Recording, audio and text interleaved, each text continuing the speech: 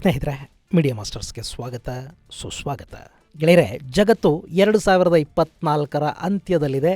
ಇನ್ನು ಕೆಲವು ದಿನಗಳು ಕಳೆದ್ರೆ 2025ಕ್ಕೆ ನಾವು ಕಾಲಿಡ್ತೀವಿ. ಗ್ರೆಗೋರಿಯನ್ ಕ್ಯಾಲೆಂಡರಲ್ಲಿ ಡಿಸೆಂಬರ್ ಮುಗಿದು ಜನವರಿ ಬರ್ತಿದ್ದಂತೆ ಇಡೀ ಜಗತ್ತು ಹೊಸ ವರ್ಷದ ಸಂಭ್ರಮವನ್ನು ಆಚರಿಸುತ್ತೆ. ಜೊತೆಗೆ ಪ್ರತಿ ವರ್ಷದಂತೆ ಈ ವರ್ಷ ಕೂಡ ಯುರೋಪಿಯನ್ನರು ನಂಬುವ ಇಬ್ಬರು ವ್ಯಕ್ತಿಗಳ ಕಾಲಜ್ಞಾನದ ಬಗ್ಗೆ ಚರ್ಚೆಗಳು, ಲೆಕ್ಕಾಚಾರಗಳು ಈಗಾಗಲೇ ಶುರುವಾಗಿವೆ. ಅದರಲ್ಲಿ ನಾಸ್ಟ್ರಡಮಸ್ ಪ್ರಿಡಿಕ್ಟ್ ಮಾಡಿದ್ದ ಅಂತ ಹೇಳಲಾಗುವ ಭವಿಷ್ಯದ ಬಗ್ಗೆ ಹೆಚ್ಚು ಚರ್ಚೆಗಳಾಗ್ತಾ ಇವೆ. ಯಾಕೆಂದರೆ 2025ರಲ್ಲಿ ಜಗತ್ತಿಗೆ ಒಳ್ಳೆಯದ್ದು ಮತ್ತು ಕೆಟ್ಟದ್ದು ಎರಡೂ ಇದೆ ಅಂತ ನಾಸ್ಟ್ರಡಮಸ್ ಹೇಳಿದಾರಂತೆ. ಆ ಭವಿಷ್ಯ ಈಗ ಸಾಕಷ್ಟು ಕುತೂಹಲಕ್ಕೆ ಕಾರಣ ಆಗ್ತಾ ಇದೆ. ಹಾಗಾದರೆ 2025ರಲ್ಲಿ ಏನೆಲ್ಲ ಸಂಭವಿಸುತ್ತೆ ಅಂತ ಅವರು ಪ್ರಿಡಿಕ್ಟ್ ಮಾಡಿದ್ದಾರೆ. ನಾಸ್ಟ್ರಡಮಸ್ಸನ್ನು ಐರೋಪ್ಯರು ನಂಬೋದಕ್ಕೆ ಕಾರಣ ಏನು?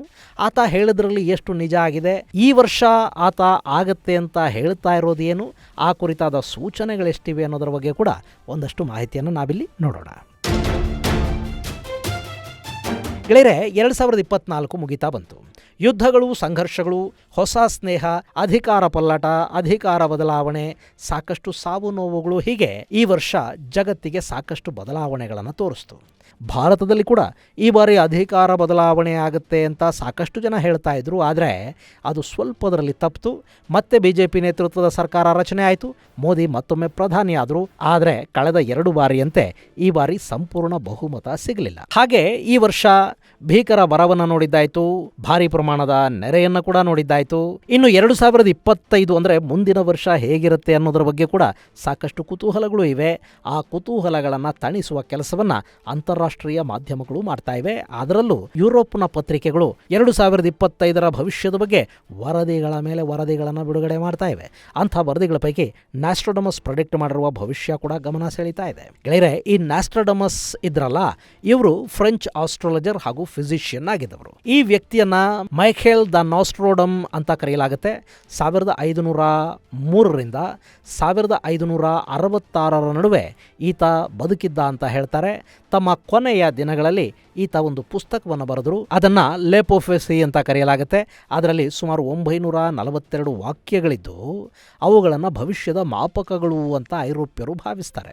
ಇನ್ನು ಈ ನಾಸ್ಟ್ರಡಮಸ್ ಭವಿಷ್ಯದಲ್ಲಿ ನಡೆಯಲಿರುವ ಸಾಕಷ್ಟು ಘಟನೆಗಳನ್ನು ದಾಖಲಿಸಿದ್ರು ಅಂತ ನಂಬಲಾಗುತ್ತೆ. ಅದರಲ್ಲೂ French revolution, great fire of London, Napoleon ಮತ್ತು ಹಿಟ್ಲರ್ ಬೆಳವಣಿಗೆ ಮತ್ತು ಅಂತ್ಯ, ಜಗತ್ತು ಕಂಡ 2 ವಿಶ್ವಯುದ್ಧಗಳು, 2ನೇ ವಿಶ್ವಯುದ್ಧದ ಸಮಯದಲ್ಲಿ ನಡೆದ ಅಣ್ವಸ್ತ್ರಗಳ ಬಳಕೆ, ಅಮೆರಿಕಾದ ನಾಸಾ ಕೈಗೊಂಡ ಅಪೋಲೋ ಮೂನ್ ಮಿಷನ್, ರಾಣಿ ಡಯಾನಾ ಸಾವು, ಅಮೆರಿಕಾದ ಮೇಲಿನ ದಾಳಿಗಳು, ರಷ್ಯಾ ಯುಕ್ರೇನ್ ಯುದ್ಧ, ಹೀಗೆ ಸಾಕಷ್ಟು ಘಟನೆಗಳನ್ನು ಶತಮಾನಗಳ ಹಿಂದೆ ನಾಸ್ಟ್ರಡಮಸ್ ಹೇಳಿದ್ರು ಅಂತ ನಂಬಲಾಗುತ್ತೆ. ಅರೆ, ಭವಿಷ್ಯನೂ ಇಲ್ಲ, ಕಾಲಜ್ಞಾನನೂ ಇಲ್ಲ.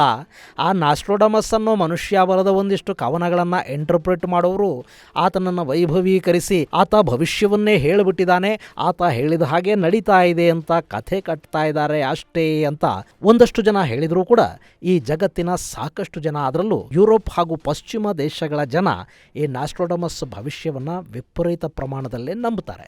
ಈಗ ಮತ್ತೆ ನಾಸ್ಟ್ರಡಮಸ್ ಪುಸ್ತಕದಿಂದ 2025ರಲ್ಲಿ ನಡೆಯಬಹುದಾದ ಸಾಕಷ್ಟು ಘಟನೆಗಳನ್ನು ಇಂಟರ್ಪ್ರಿಟ್ ಮಾಡಲಾಗಿದೆ. ಅದರಲ್ಲಿ ಕೆಲ ವಿಷಯಗಳು ಜಗತ್ತಿನ ಕಿವಿಗೆ ಹಿತವಾಗಿ ಕೇಳಿಸುತ್ತವೆ, ಮತ್ತೆ ಕೆಲವು ಕಠಿಣವಾಗಿ ಕಾಣುತ್ತವೆ. ಇಲ್ಲಿ ನಾಸ್ಟ್ರಡಮಸ್ ದಾಖಲಿಸಿದ್ದಾರೆ ಅಂತ ಹೇಳಲಾಗ್ತಾ ಇರೋ ಅಂಶಗಳನ್ನು ನಾವು ಗಮನಿಸಿದರೆ, ಮೊದಲನೇದಾಗಿ ಈಗ ನಡೀತಿರೋ ರಷ್ಯಾ ಮತ್ತು ಯುಕ್ರೇನ್ ಯುದ್ಧ ಈ ವರ್ಷ ನಿಲ್ಲುವ ಸಾಧ್ಯತೆ ಇದೆಯಂತೆ. ಹಾಗಂತ ಯುದ್ಧವನ್ನು ಅಮೆರಿಕದ ಹೊಸ ಅಧ್ಯಕ್ಷ ಡೊನಾಲ್ಡ್ ಟ್ರಂಪ್ ನಿಲ್ಲಿಸಿಬಿಡ್ತಾರೆ ಅಂತಲ್ಲ, ಬದಲಾಗಿ ರಷ್ಯಾನೇ ಸ್ವಪ್ರೇರಣೆಯಿಂದ ಈ ಕದನವನ್ನ ನಿಲ್ಲಿಸುವ ಸಾಧ್ಯತೆ ಇದೆಯಂತೆ.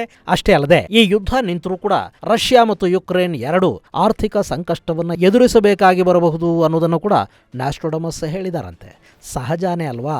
ಒಂದು ಯುದ್ಧ ಒಂದು 10-15 ದಿನ ನಡೆದ್ರೇನೆ ಭಾರಿ ಪ್ರಮಾಣದ ಆರ್ಥಿಕ ನಷ್ಟ ಉಂಟಾಗುತ್ತೆ. ಅಂಥದ್ರಲ್ಲಿ ರಷ್ಯಾ ಯುಕ್ರೇನ್ ನಡುವಿನ ಯುದ್ಧ 10-15 ದಿನ ಅಲ್ಲ, ಕಳೆದ 2 ವರ್ಷಗಳಿಂದ ನಿರಂತರವಾಗಿ ನಡೀತಾ ಇದೆ. ಫೆಬ್ರವರಿ ಬಂದ್ರೆ ಆ ಯುದ್ಧ 3ನೇ ವರ್ಷಕ್ಕೆ ಕಾಲಿಡುತ್ತೆ. ಹೀಗಿರುವಾಗ ಯುದ್ಧದಲ್ಲಿ ತೊಡಗಿಸಿಕೊಂಡ 2 ದೇಶಗಳು ಆರ್ಥಿಕ ಸಮಸ್ಯೆಯನ್ನ ಎದುರಿಸಬೇಕಾಗಿ ಬಂದೇ ಬರುತ್ತೆ ಅಲ್ವಾ? ಇನ್ನು 2ನೇದಾಗಿ ಈ ಜಗತ್ತನ್ನು ಮತ್ತೊಂದು ಭಯಾನಕ ಕಾಯಿಲೆ ಕಾಡಲಿದೆಯಂತೆ. ಅದರಲ್ಲೂ ಬ್ರಿಟನ್ನಲ್ಲಿ ಶತಮಾನಗಳ ಹಿಂದೆ ಕಾಣೆಯಾಗಿದ್ದ ಪ್ಲೇಗ್ ಇನ್ನೊಮ್ಮೆ ಕಾಣಿಸಿಕೊಳ್ಳುವ ಸಾಧ್ಯತೆ ಇದೆ ಅನ್ನೋ ಮಾಹಿತಿಯನ್ನು ನಾಸ್ಟ್ರಡಮಸ್ ಹೇಳಿದಾರಂತೆ. ಹಾಗೆ ನೋಡಿದರೆ ಚೈನಾ ವೈರಾಣು ಬಗ್ಗೆ ಕೂಡ ನಾಸ್ಟ್ರಡಮಸ್ ಹೇಳಿದ್ರು ಅಂತ ಹೇಳಲಾಗ್ತಾ ಇತ್ತು. ಅದು 2019 ಕೊನೆಯಲ್ಲಿ ನಿಜ ಆಯಿತು ಅಂತ ನಾಸ್ಟ್ರಡಮಸ್ನ ಬೆಂಬಲಿಗರು ಕಳೆದ 2-3 ವರ್ಷಗಳಿಂದ ಹೇಳ್ತಾ ಇದ್ದಾರೆ. ಸೊ ಬ್ರಿಟನ್ಗೆ ಇಲ್ಲಿ ಸಮಸ್ಯೆ ಹೆಚ್ಚಾಗೋ ಹಾಗೆ ಕಾಣ್ತಾ ಇದೆ. ಇವತ್ತು ಜಗತ್ತು ತುಂಬ ಚಿಕ್ಕದಾಗಿರೋದ್ರಿಂದ ಬ್ರಿಟನ್ನಲ್ಲುಂಟಾಗುವ ಸಮಸ್ಯೆ ಬೇಗ ಜಗತ್ತಿನ ನಾನಾ ದೇಶಗಳಿಗೆ ಹರಡಿಬಿಡೋ ಸಾಧ್ಯತೆ ಕೂಡ ಇರುತ್ತೆ. ಈ ಚೀನಾ ವೈರಾಣುವನ್ನೇ ತಗೊಳ್ಳಿ.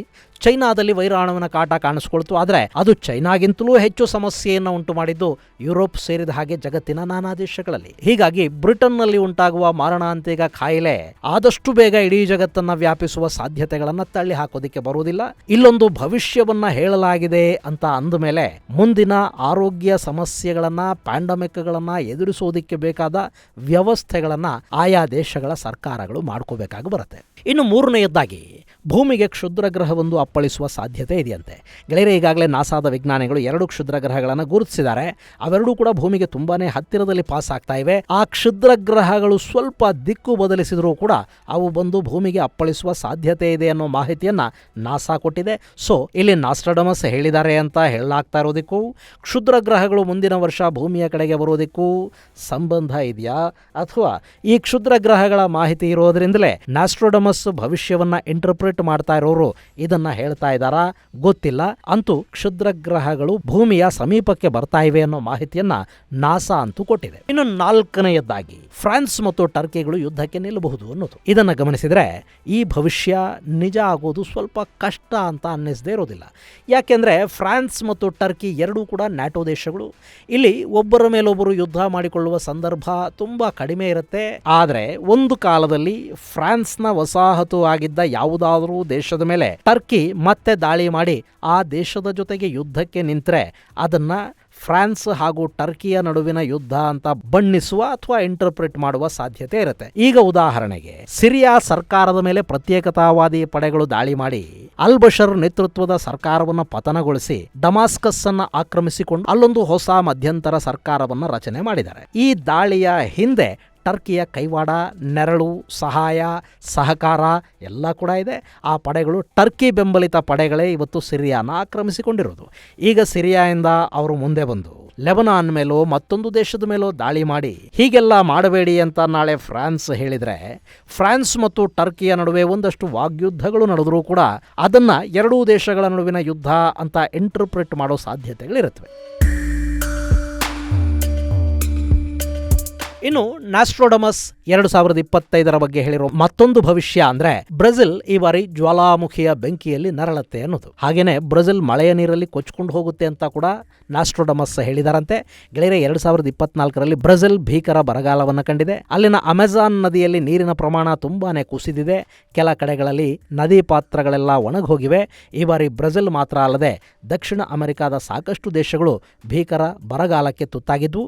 ಆದರೆ ಮುಂದಿನ ವರ್ಷ ಆ ಭಾಗಗಳು ಅತಿವೃಷ್ಟಿಗೀಡಾಗುವ ಸಾಧ್ಯತೆ ಖಂಡಿತ ಇರುತ್ತೆ. ಈ ಮೂಲಕ ಬರದಿಂದ ಕಂಗಾಲಾದವರಿಗೆ ಮಳೆ ಕೂಡ ಹೊಡೆತವನ್ನು ಕೊಡೋ ಸಾಧ್ಯತೆ ಇರುತ್ತೆ. ಆದರೆ ಸದ್ಯಕ್ಕೆ ಬ್ರೆಜಿಲ್ನಲ್ಲಿ ಯಾವುದೇ ಆಕ್ಟಿವ್ ಜ್ವಾಲಾಮುಖಿ ಇಲ್ಲ. ಹಾಗಂತ ಈ ಭೂಮಿಯಲ್ಲಿ ಜ್ವಾಲಾಮುಖಿಗಳೇ ಇಲ್ವಾ ಅಂತ ಅಂದ್ಕೊಳ್ಳೋದಕ್ಕೆ ಹೋಗಬೇಡಿ. ಯಾಕೆಂದ್ರೆ ಆಕ್ಟಿವ್ ಜ್ವಾಲಾಮುಖಿಗಳಿಲ್ಲ.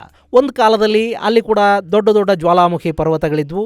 ಅವು ಈಗ ಸದ್ಯಕ್ಕೆ ಆಕ್ಟಿವ್ ಆಗಿಲ್ಲ. ಹಾಗಂತ ಮುಂದೆ ಕೂಡ ಅವು ಆಕ್ಟಿವ್ ಆಗೋದೇ ಇಲ್ಲ ಅಂತ ಹೇಳೋದಕ್ಕೆ ಬರೋದಿಲ್ಲ. ಇಲ್ಲಿ ನಾಸ್ಟ್ರಡಮಸ್ ಭವಿಷ್ಯ ನಿಜ ಆಗಬೇಕು ಅಂದ್ರೆ 2025 ಬ್ರೆಜಿಲ್ನ ಯಾವುದಾದ್ರೂ ಜ್ವಾಲಾಮುಖಿ ಮತ್ತೆ ಆಕ್ಟಿವ್ ಆಗಬೇಕು. ಆದರೆ ಈ ವಿಷಯದಲ್ಲಿ ನಾಸ್ಟ್ರಡಮಸ್ ಭವಿಷ್ಯ ನಿಜ ಆಗಲಿ ಅಂತ ನಾವು ಯಾವುದೇ ಕಾರಣಕ್ಕೂ ಬಯಸೋದು ಬೇಡ. ಯಾಕೆಂದ್ರೆ ಜ್ವಾಲಾಮುಖಿಗಳು ಆಕ್ಟಿವ್ ಆಗಿಬಿಟ್ರೆ ಅಲ್ಲಿ ಭಾರಿ ಸಮಸ್ಯೆಗಳು ಉಂಟಾಗುತ್ತವೆ. ನಾಸ್ಟ್ರಡಮಸ್ ಭವಿಷ್ಯ ಸುಳ್ಳಾದರೂ ಪರವಾಗಿಲ್ಲ, ಮಲಗಿರುವ ಜ್ವಾಲಾಮುಖಿಗಳು ಮಲ್ಕೊಂಡೇ ಇರಲಿ.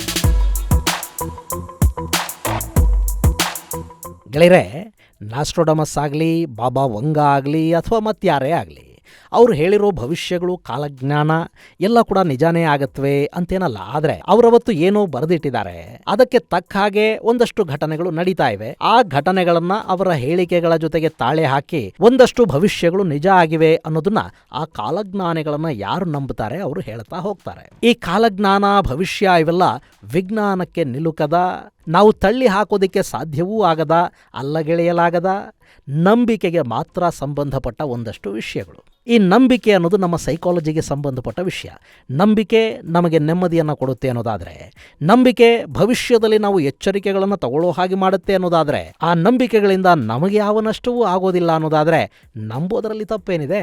ಇನ್ನು ನಾಸ್ಟ್ರಡಮಸ್ ಹೇಳಿದ ಈ ಭವಿಷ್ಯದ ಪೈಕಿ 2025ರಲ್ಲಿ ಯಾವೆಲ್ಲ ಮಾತುಗಳು ನಿಜ ಆಗತ್ವೆ, ಏನೆಲ್ಲ ಆಗೋದಿಲ್ಲ ಅನ್ನೋದನ್ನ ನಾವು ಕಾದು ನೋಡಬೇಕಷ್ಟೇ. ಇದು ಗೆಳೆಯರೆ, ನಾಸ್ಟ್ರಡಮಸ್ ಹೇಳಿದ್ದಾರೆ ಅನ್ನಲಾದ ಭವಿಷ್ಯದ ಕುರಿತಾಗಿ ಮಾಧ್ಯಮಗಳು ಮಾಡ್ತಾ ಇರೋ ವರದಿಯ ಬಗ್ಗೆ ಒಂದಷ್ಟು ಮಾಹಿತಿ. ಮುಂದಿನ ಸಂಚಿಕೆಯಲ್ಲಿ ಮತ್ತಷ್ಟು ವಿಶೇಷಗಳ ಜೊತೆ ಮತ್ತೆ ಭೇಟಿಯಾಗೋಣ. ಅಲ್ಲಿವರೆಗೆ ಜೈ ಹಿಂದ್, ಜೈ ಕರ್ನಾಟಕ.